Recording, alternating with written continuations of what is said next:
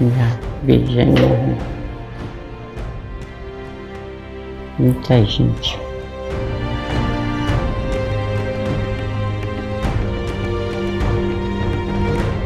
Na hora que ele era paciente na cela, coitada, nossa senhora, não tinha nem comida para elas comer, dormia lá.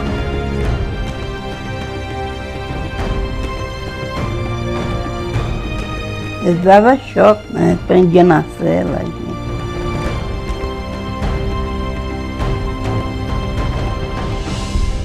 À medida que entrava na instituição, eram loucos. Os que saíam por sorte.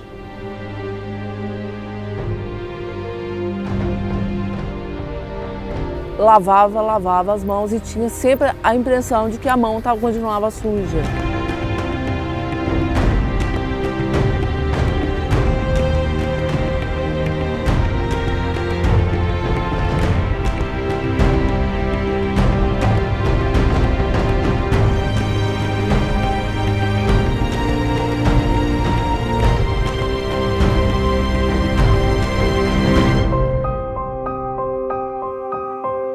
Barbacena, interior de Minas Gerais, foi palco de uma das maiores tragédias relacionadas ao tratamento de saúde mental no Brasil.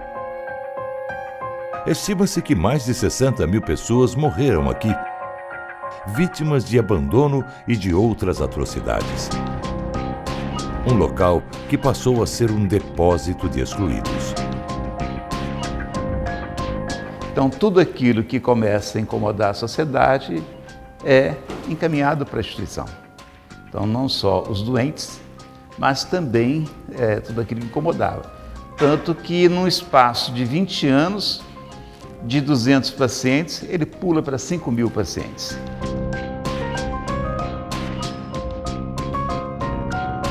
Fundado em 1903, o Centro Hospitalar Psiquiátrico de Barbacena, que tinha capacidade para 200 leitos, chegou a receber 5.000 pacientes, a maioria sem problemas mentais. Eram opositores políticos, prostitutas, homossexuais, mendigos, pessoas sem documentação, alcoólatras e epiléticos. O que me impressionou muito é casos assim, corriqueiros, pessoas que eram presas no abatido da polícia em Belo Horizonte, estavam sem documento. Tinha gente que estava sem documento aqui, entrava aqui e só ia sair aqui morto, né? O outro que foi pego estava bêbado, o outro que foi pego fumando maconha. Quer dizer, é como se fosse pegasse o lixo social, foi pegando essas coisas todas e vinha jogado para cá. O sofrimento e o drama de quem ia para o hospital psiquiátrico começavam na viagem. O trem de doido tinha o Hospital Colônia como o destino final. Os vagões hoje enferrujados pelo tempo são registros dessa época.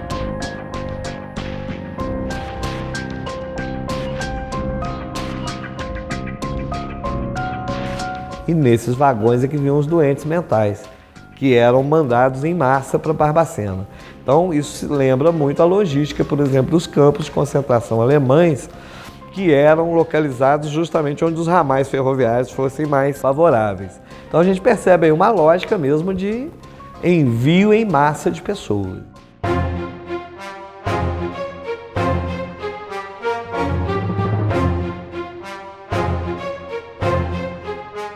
Elza Campos Silva, carinhosamente chamada de Elzinha, não sabe quantos anos viveu no Colônia, mas lembra-se dos anos de sofrimento vividos por ela e pelas amigas. Debaixo de chuva, aquela chuva, trovão, relâmpago, tudo lá, dormindo lá, coitada, só dormindo assim, não tinha nada, não tinha coberta, não tinha nada, dormindo lá. Eu ficava triste, porque que Deus sabe, a gente ficava triste, até Jesus ficava triste. Porque ela era agitada, todo mundo falava que eles eram agitadas, aí eles botavam lá na cela. E tinha um homem lá também que ficava dando choque nas pacientes lá, nas pacientes toda hora. As pacientes, tadinha, que era fraquinha, gritava, não, gritava, aí eu pedi a Deus para mandar o pessoal, o PT, para mandar parar com isso. Rosalina foi enviada pelo padrasto para o hospital com 9 anos, sem ter nenhum problema. Lá, engravidou e teve a filha tirada dos braços assim que nasceu. Tirar. Lá na Santa Casa. Foi lá na Santa Casa, o menino nasceu. E depois elas deu a criança para essa dona criar, para uma dona criar. Sentia muito, né? Muita falta dela.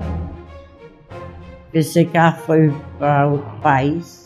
Mas essa história ainda teve um final feliz. 15 anos depois, Rosalina conseguiu encontrar sua filha. Hoje, elas se veem todas as semanas.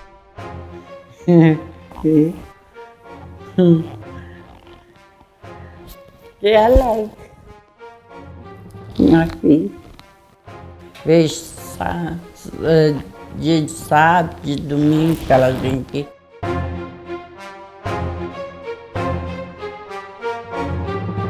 Regina não era paciente, mas guarda as lembranças dos anos vividos no Hospital Colônia. Ela entrou como estagiária em 1985 e passou por quase todos os setores. Aqueles pavilhões todo amontoado de gente, o cheiro era muito forte, eu lembro das paredes ainda sujas de fezes, e eu lembro que eu tinha nojo das minhas mãos, eu lembro que eu tinha nojo de tudo, eu lembro que eu acho que eu fiquei uma semana sem comer. Na década de 60, o repórter fotográfico Luiz Alfredo conheceu o Colônia, ao produzir uma reportagem para a revista O Cruzeiro. Mesmo acostumado a registrar violências do cotidiano, as cenas chocaram o fotógrafo. Um banheiro, uma latrina horrorosa e um doente acocorado, sem roupa, indiferente à minha passagem.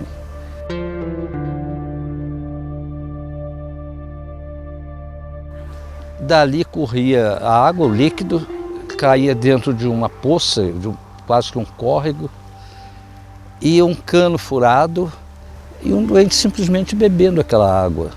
E dali foi cada vez me assustando mais aquelas cenas terríveis.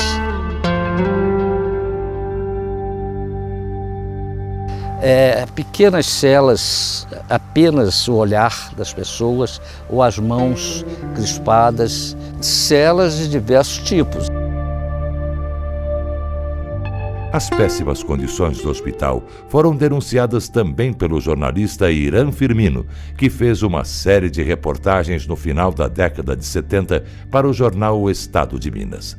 Uma das constatações que mais impressionou o jornalista foi de conhecer internos sem problemas mentais. A coisa que mais me impressionou mesmo, eu imaginava que todo mundo que era doente mental 100%, entendeu? Eu sou Napoleão, nada disso. As pessoas que eu conversei que sabiam quem era, o nome delas, e elas tinham consciência que elas estavam mesmo abandonadas. Isso foi uma coisa que angustiou demais. Mas ficava estrubuchando depois de dormir. Tinha de segurar aqui, aí eu também ajudava a segurar. Muito utilizada no tratamento da época, a prática do eletrochoque era aplicada sem nenhum critério. Olha, o eletrochoque foi uma prática, entendeu? Até final da década de 70, muito utilizada nos hospitais. Não tinha, era feito como castigo, inclusive. Com um homem ruim lá, um médico lá ruim, aí ele falava assim, não tô nem aí, se morreu, dou choque mesmo. Os mortos eram enterrados em valas comuns e sem identificação nesse cemitério. Construído no alto do morro e que hoje está desativado.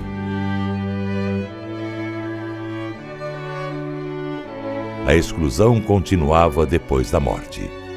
Mas o que você deduz? É de que os doidos, assim como os negros, assim como os suicidas, eles não se enterravam, não eram sepultados junto aos normais, que eram usados das igrejas. Então um cemitério próprio foi feito, esse cemitério do Cascalho aqui, que segundo alguns levantamentos de colegas, chegou a sepultar 60 mil pessoas desse cemitério.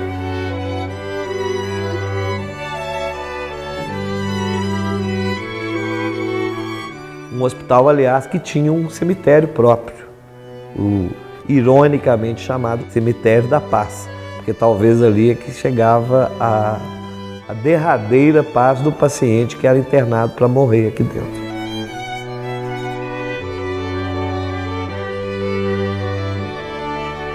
Quem não era enterrado poderia ter seu corpo vendido para algumas faculdades de medicina, além de peças anatômicas e ossos dos corpos que eram cozidos nos barris de gasolina.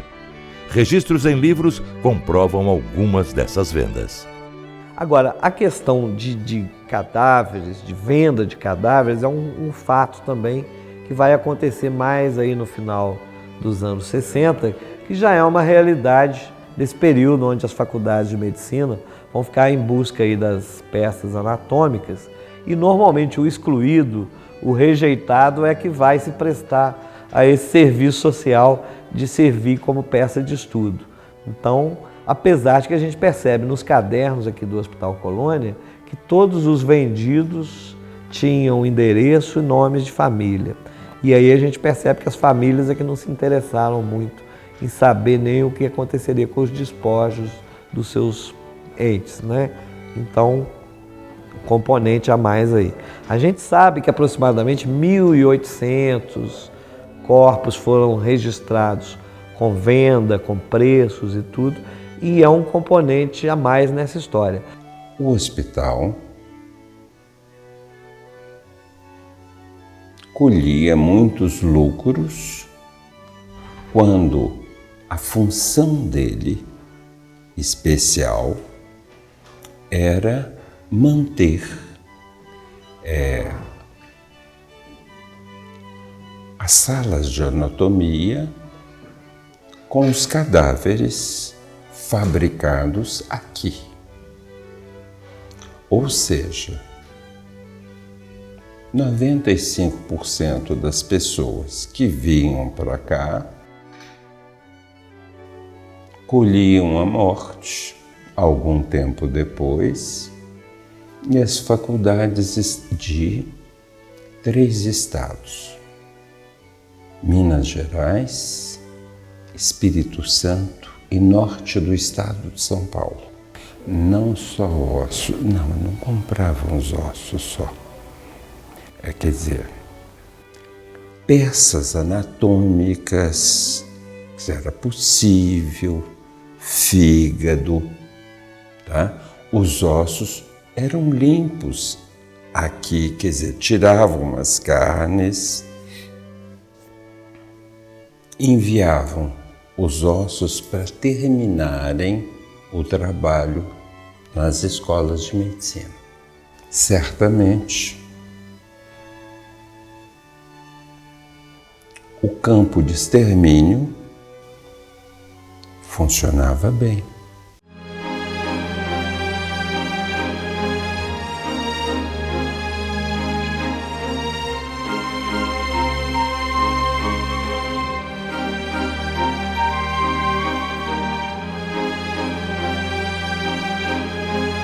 Mais do que um campo de concentração, era um campo de extermínio dos psiquiatrizados. Não nos esqueçamos que as pessoas já não tinham roupa, comiam em coxo, como porcos, despidos.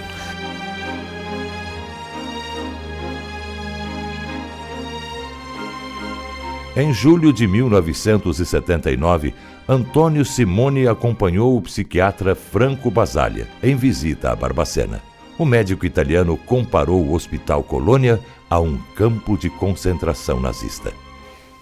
Eu o trouxe a Barbacena. Na volta para Belo Horizonte, ele não deu uma palavra, estava cabisbaixo, deprimido, e nós fomos para a conferência na Associação Médica.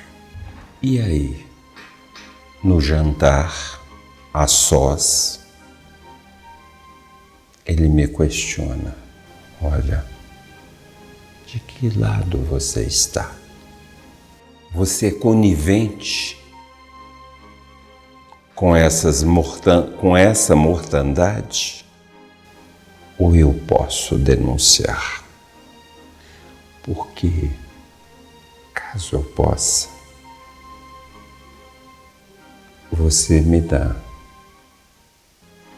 ou me chame todos os jornais e todas as televisões. E aí,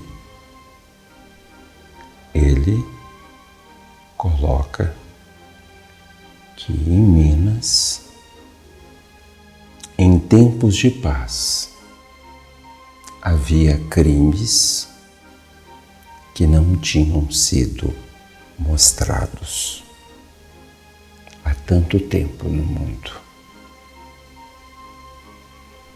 E aí começa mais do que a denúncia. Nesse bom momento, começa a reforma da psiquiatria enquanto movimento. A humanização é uma das premissas da luta antimanicomial que surge para redirecionar a psiquiatria com a finalidade de criar um tipo de tratamento. O psiquiatra Franco Basaglia é um dos pioneiros dessa causa. Então, a luta antimanicomial vem para dizer isso, vem para marcar isso.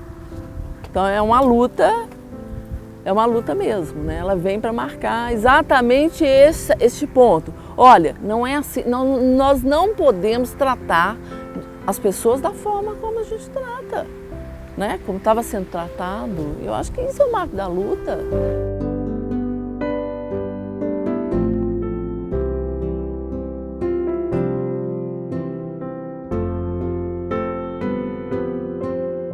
Fundado em 16 de agosto de 1996, o Museu da Loucura tem o objetivo de resgatar a história do lendário Hospital Colônia. O local conta com um acervo de fotos e equipamentos e objetos cirúrgicos usados no tratamento psiquiátrico na época.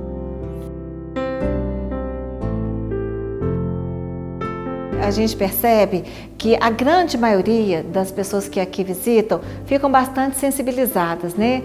Então, tanto do público acadêmico quanto, né, do público em geral, eles começam a entender melhor a história, né, dos portadores de transtorno mental, começam a aceitar até melhor as propostas atuais de avanços e humanização nesse atendimento aos doentes mentais atualmente. Na cidade que é referência no tratamento psiquiátrico, foram criadas residências terapêuticas que atendem ex-pacientes, a maioria do Colônia.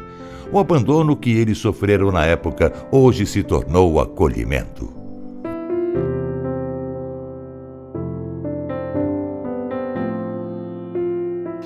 Hoje em Barbacena a gente tem 27 residências terapêuticas.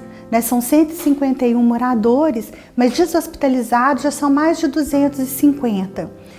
É muito interessante como que a gente percebe essa realidade. Estava comentando que a primeira casa que saiu, as moradoras não sabiam como que acendia a luz. De repente foi chegando a tardinha e elas questionando que horas que as luzes se acendem. Tamanha era a tutela dentro do hospital, o não dar conta, a ociosidade, o não ter que fazer nada, como que eles não conseguem apreender essas coisas. Então é um processo lento e gradativo dessa mudança também.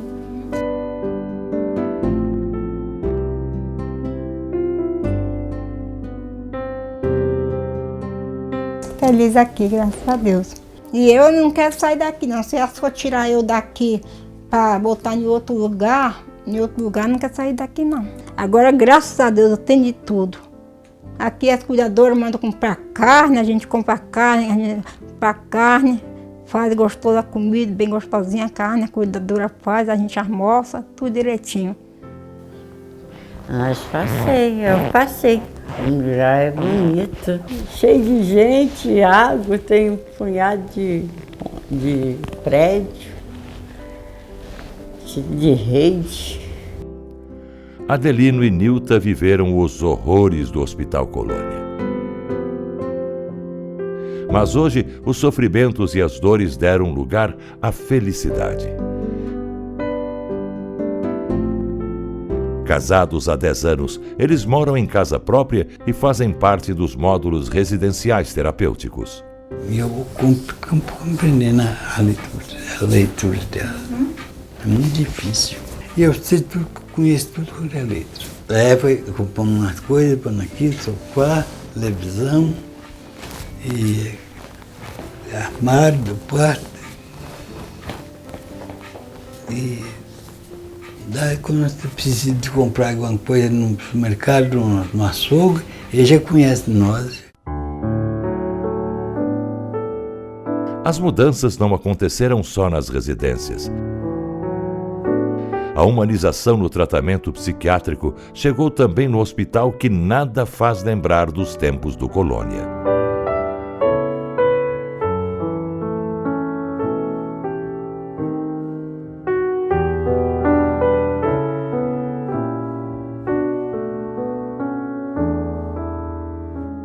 Hoje nós temos no quadro, né, médicos, assistentes sociais, psicólogos, todas as profissões que trabalham na interdisciplinaridade, né?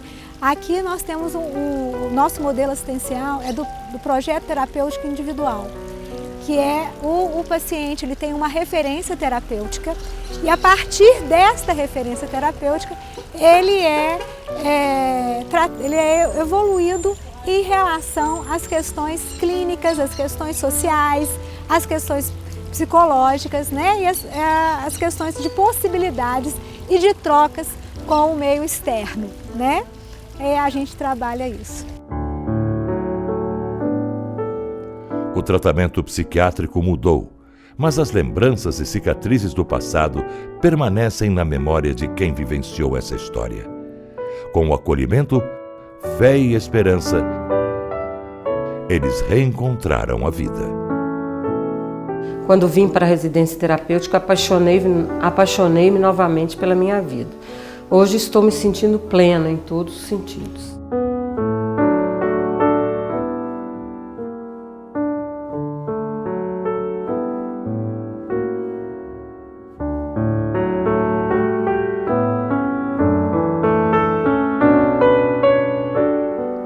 Quem tem as mãos limpas, o coração puro, quem não é maldoso, não sabe me amar. O fogo me queima, a água me lava, do Espírito Santo, quem ainda meu ser. Senhor, quem entrará no santuário pra te louvar?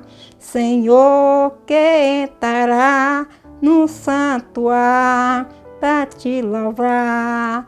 Que tem as mãos limpas, o coração puro, quem é maldoso não sabe amar.